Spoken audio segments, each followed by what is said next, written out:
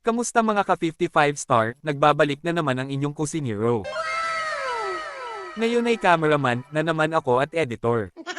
Dahil ang shota ko muna ang magluluto. Sana all. Dahil pagod ang kusinero nyo sa biyahe, galing pa kasi ako sa Japan, nagpalamig lang, Sana all. sana all may kasamang iba sa Japan.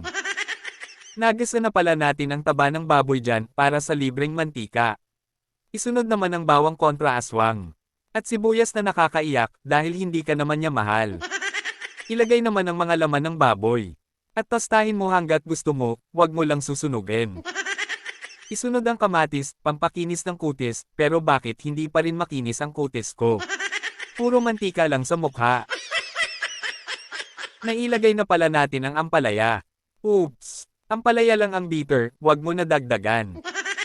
Haluin mo lang, para parehas na kayong mag-init. Kung sa tingin mo nag-iinit na siya, ilagay mo na ang itlog mo.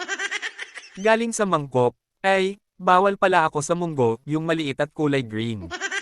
At wow, luto na siya pero may mahal na siyang iba.